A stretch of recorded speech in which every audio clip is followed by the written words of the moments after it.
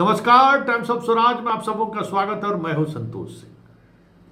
और आज हम टाइम्स ऑफ स्वराज में बात बीपीएससी के द्वारा जो शिक्षकों की बहाली हुई है, उस बहाली में किस स्तर पर खेल हुआ है, इसको लेकर तो लगातार हम खबर चला ही रहे हैं कि गैर योग्यताधारी लोगों को बहाल कर दिया गया, रिजर्वेशन का लाभ दूसरे राज्यों के लड़के लड़कियों को, विकलांगों को दे दिया गया, हाई कोर्ट में ये मामला चल रहा है। ये सब चीज़ें तो आप कई महीने से, शुरुआती दौर से ही इस तरीके की खबरें हम लगातार चला रहे हैं कि किस तरीके से काउंसलिंग के नाम पर खेला हुआ।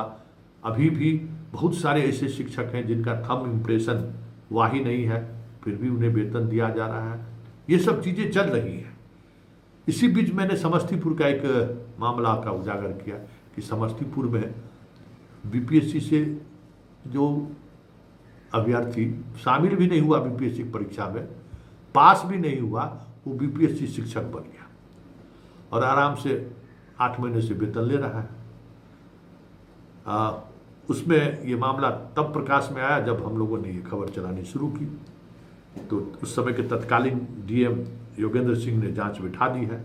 अब योगेंद्र सिंह खुद माध्यमिक के निदेशक बनकर पटना आ गए हैं। जांच चल रही है और जांच में जो चीज़ें सामने आ रही हैं, परत दर परत जिस तरीके से खुल रही है, हमें लगता है कि उस जांच के सहारे बिहार में बहुत ऐसी चीज़ें सामने आएंगी जो कल्पना से परे है।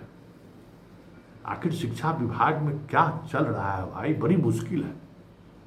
अभी बात हो रही थी एक अधिकारी से, वो यही इसी संदर्भ में कि कैसे ये हो रहा है। बोले कि देखिए, कोई नियंत्रण जिला से नहीं है ना, सीधे तौर पर जिला के नियंत्रण में ये लोग हैं नहीं, इसलिए हेल्थ और एजुकेशन का हाल सबसे बुरा है।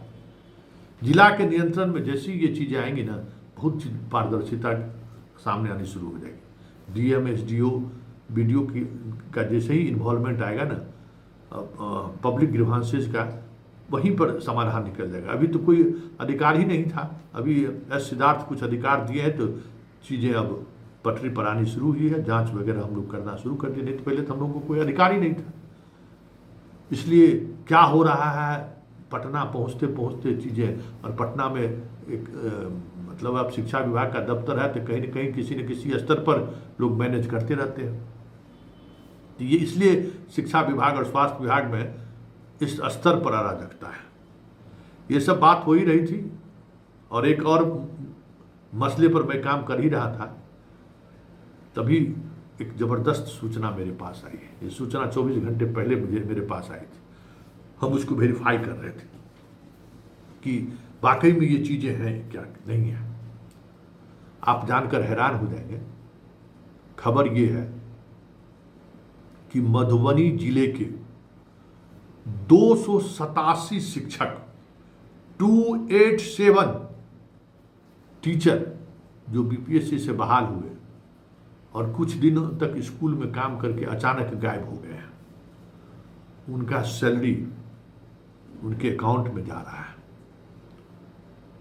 स्कूल के प्रिंसिपल लिखकर सूचित कर रहे हैं कि ये शिक्षक हमारे यहाँ नहीं आ रहे हैं, फिर भी उस शिक्षक के अकाउंट में सैलरी जा रहा है। थोड़ा आपको अटपटा लग रहा होगा, आपको लग रहा होगा कि संतोष जी क्या बात कर रहे हैं। तो जरा इस महिला की तस्वीर को गौर से देखिए। कहीं आसपास अगर दिख जाए तो आप हमें जरूर सूचना दीजिए, क्योंकि हो सकता है कि ये वहाँ 12th में साइंस टीचर के रूप में ज्वाइन की थी, जिस स्कूल में ये ज्वाइन की, और 1 सप्ताह काम करने के बाद अचानक गायब हो गई है, लेकिन इसके अकाउंट में सैलरी जा रहा है। जी हाँ, इसका नाम अंशु कुमारी है, जो TRE 1 में ये कंप्लीट किया। इसकी पोस्टिंग मधुबनी जिला के उत्क्रमित मध्य विद्यालय बतैना उच्चैठ बेनीपट्टी में हुआ है। ये 21/11/2023 को ज्वाइन करती है और 1 दिसंबर को ये बिना किसी सूचना के गुम हो गई, लापता हो गई। इसलिए इस तस्वीर का अगर कहीं ये गुमशुदगी का ही तस्वीर सोचिए कि जरा इनके बारे में अगर आपको कोई इन्फॉर्मेशन हो तो आप हमें इन्फॉर्मेशन दीजिए। ये शिक्षिका चली गई बिना किसी सूचना के। जैसे ही ये गई, उस स्कूल के प्राचार्य ने लगातार जिले के स्तर तक के अधिकारी से लेकर प्रखंड के स्तर के अधिकारियों को सूचित करते रहे कि ये मात्र 11 दिन स्कूल आई है और उसके बाद से स्कूल नहीं आ रही है। इस तरीके की कई सूचनाएं मेरे पास आई। संयोग से इस अंशु कुमारी का बैंक अकाउंट नंबर पता चल गया, कहाँ इसका बैंक अकाउंट है। और फिर जब हम परत दर परत चीज़ें खोलनी शुरू किया, क्योंकि वो जहाँ से अकाउंट में पैसा जा रहा है टीचर के अकाउंट में, वहीं से ये इन्फॉर्मेशन आना शुरू हुआ कि इस महिला शिक्षक को नवंबर में 11 दिन का, दिसंबर फुल सैलरी 44,000 समथिंग सैलरी है, जनवरी फुल सैलरी, फरवरी फुल सैलरी, मार्च फुल सैलरी और अप्रैल फुल सैलरी इसको मिला है। इस बीच में पाठक का जो जांच चल रहा था वो चलता रहा, सेल्फी खिंचा कर जाता रहा, ये कभी उपस्थित नहीं। इसी बीच मई से पाठक ने जांच की प्रक्रिया को बदल दिया। अब उस प्रक्रिया में मान लीजिए कि हम मधुबनी के प्रखंड शिक्षा पदाधिकारी हैं, तो हम खुटौना के प्रखंड की जांच करेंगे, खुटौना वाले को बेनीपट्टी में, बेनीपट्टी वाले को झंझारपुर में, झंझारपुर को मधुबनी में। इस तरीके से अलग अलग जांच प्रखंड शिक्षा पदाधिकारी को सौंप दिया गया। उसी में जो प्रखंड शिक्षा पदाधिकारी स्कूल पर पहुंचे तो वहाँ के शिक्षकों ने बताया कि ये आ ही नहीं रही है, ये शिक्षक जो है सो 11 दिन रही और उसके बाद जो लापता हुई सो अभी तक आई नहीं है। तो वो फिर मुख्यालय को, और मुख्यालय के बाद फिर स्टेट को इसकी सूचना दी। तो मई से इसका वेतन आना बंद हो गया, जो इसका अकाउंट बता रहा है। और जिस सोर्स से ये जानकारी हमें मिली है, जो मेरा सोर्स जो है कोई हवा में नहीं रहता है, मेरा सोर्स डॉक्यूमेंट्स भी मुहैया कराता है, इसलिए सारा डॉक्यूमेंट्स मेरे पास है। तो पता चला कि 287 शिक्षक ऐसे हैं बीपीएससी वाले जो लापता है, लेकिन सैलरी उसके अकाउंट में जा रहा है। ये पूरी तौर पर इसलिए हम इस खबर को इस शिक्षिका के फोटो के साथ दिखा रहे हैं, क्योंकि उसका पूरा एविडेंस, अकाउंट्स का भी विवरण मेरे पास आ चुका है।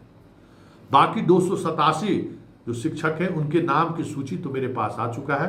अकाउंट्स डिटेल्स अलग अलग बैंक रहने की वजह से थोड़ा समय लगेगा, लेकिन एक चेतावनी हम दे देते हैं, मधुबनी के जिला शिक्षा पदाधिकारी और जिला स्थापना के जो डीपीओ है, कोई नहीं बचाएगा, कोई नहीं बचाएगा। एक बात सोच लीजिए, ये अगर आपको भ्रम होगा ना कि हम लाखों लाख रुपया कमा लिए हैं, करोड़ों कमा लिए हैं तब बच जाएंगे, आपको कोई नहीं बचाएगा। ये तय बनिए, आप तुरंत ऐसे शिक्षकों को चिन्हित कीजिए। 287 शिक्षक को आप तुरंत पता कीजिए कि ये कौन शिक्षक लोग हैं जो स्कूल नहीं जा रहे हैं और उसका सैलरी उसके अकाउंट में जा रहा है। आप मेरे खबर चलने के बाद प्रेस कॉन्फ्रेंस कीजिए, मीडिया को जानकारी दीजिए, आप पता कीजिए, और इस भ्रम में मत रहिए कि कोई आपको बचा लेगा। समझ जाइए, क्योंकि ये पूरी जानकारी सरकार तक पहुंच गई है और अब सरकार जो है ना तय कर लिया, मन बना लिया है कि ऐसे ऐसे अधिकारियों को 1 घंटे तक का मोहलत नहीं देना है, या तो बेऊर जाए नहीं तो दरभंगा जेल जाए। जेल तो भेजना ही भेजना है।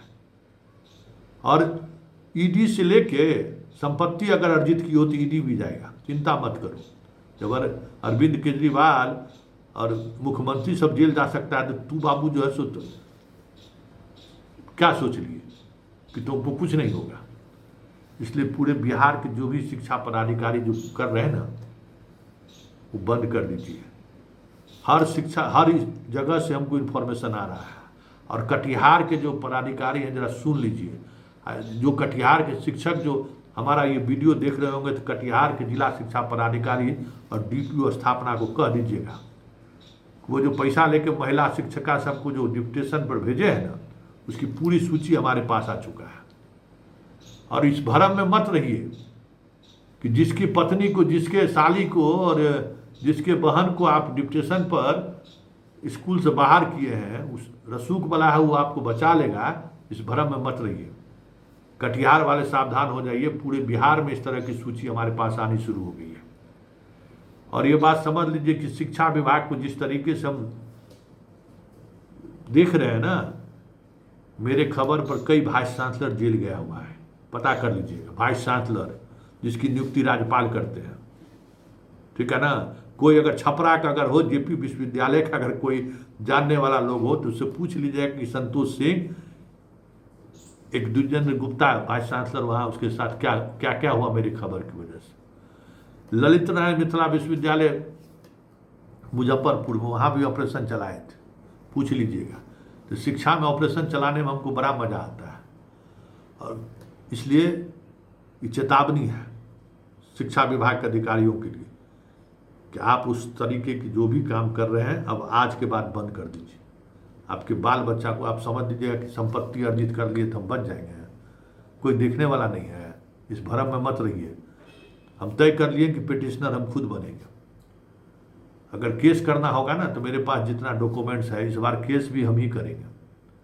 बाकी वक्त में तो हम किसी एनजीओ वगैरह वाले से केस करवा देते थे, हाई कोर्ट सुप्रीम कोर्ट में वकील भी हमको मदद कर देता था। लेकिन इस बार हम सोचे हैं कि खुद केस करेंगे, और उसके बाद देखते हैं कि अब कितना बड़ा बड़ा वकील खड़ा करते हैं, वो भी हम देखने के लिए इंतजार करिएगा, ठीक है ना। पैसे का भरम में मत रहिए, अभी भी सिस्टम में ताकत है। तो जो भी इस तरीके का काम कर रहे हैं प्लीज़ उसको बंद करिए, और सरकार की जो राशि हर महीने जो करोड़ करोड़ रुपया जो डकार रहे हैं ना, सरेंडर कर देंगे। क्योंकि इस खबर के बाद जो है मधुबनी के जिला शिक्षा पदाधिकारी जनाब, अप्रैल तक जिस लड़की को पेमेंट गया और बाकी सबका पेमेंट जा रहा है उसको चेक कीजिए, नहीं तो फिर तैयार हो जाइए, खेला होगा।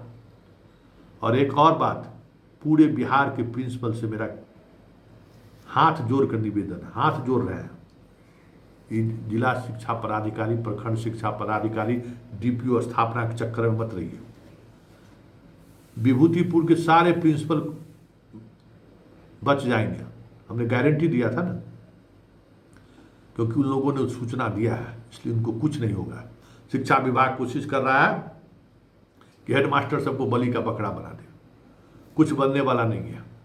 लेकिन आपसे आग्रह है कि ऐसे जो भी अनलीगल काम हो रहा है उसकी सूचना आप हमको दीजिए, और भरोसा रखिए ये सारा इंफॉर्मेशन कहीं न कहीं आप ही के आसपास के लोगों के द्वारा हमें दिया जा रहा है। हम थोड़ी एक सीबीआई के डायरेक्टर हैं, कौन मेरे पास हर थाना में जो है, थाना मेरा है खुला हुआ क्या, आप मेरा इंफॉर्मेशन सिस्टम है, आप ही हमें खबर देते हैं, वहाँ पब्लिक खबर देती है।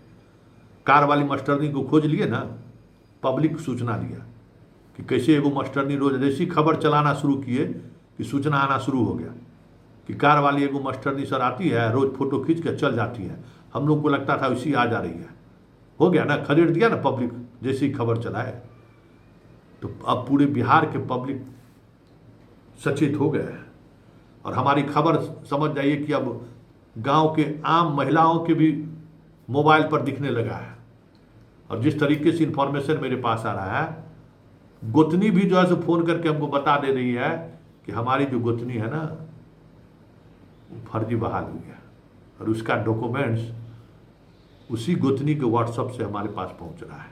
समझ जाइए कि कितने अंदर तक मेरा सोर्स है।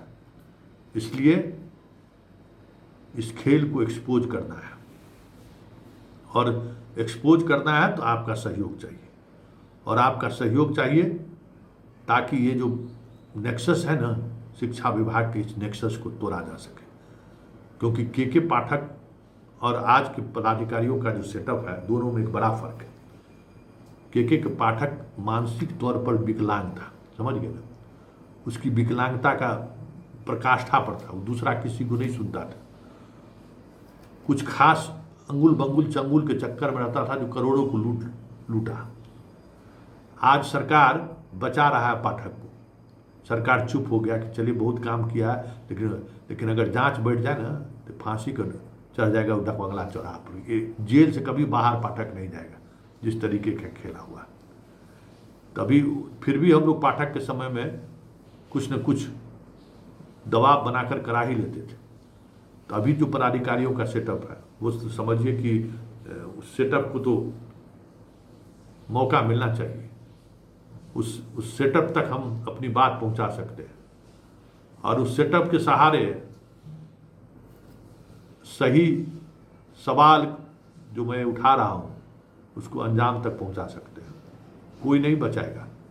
इसलिए इस रैकेट को एक्सपोज कीजिए, आप खुद कार्रवाई कीजिए। मधुबनी के डीपीओ स्थापना और जिला शिक्षा पदाधिकारी, आप ऐसे जो 287 टीचर हैं उनको चिन्हित कीजिए, या नहीं तो फिर हमसे बात कीजिए, हम वो सूची आपको उपलब्ध कराते हैं। आप एक एक जो भी बीपीएससी का ज्वाइन किया और छोड़ दिया है, थंब इम्प्रेशन के नाम पर जो गया भैया, थंब इम्प्रेशन नहीं दिया फिर भी पेमेंट ले रहा है, सारे के सारे लोग इस खेल में शामिल हैं। उसको देखिए और उसको एक्सपोज कीजिए।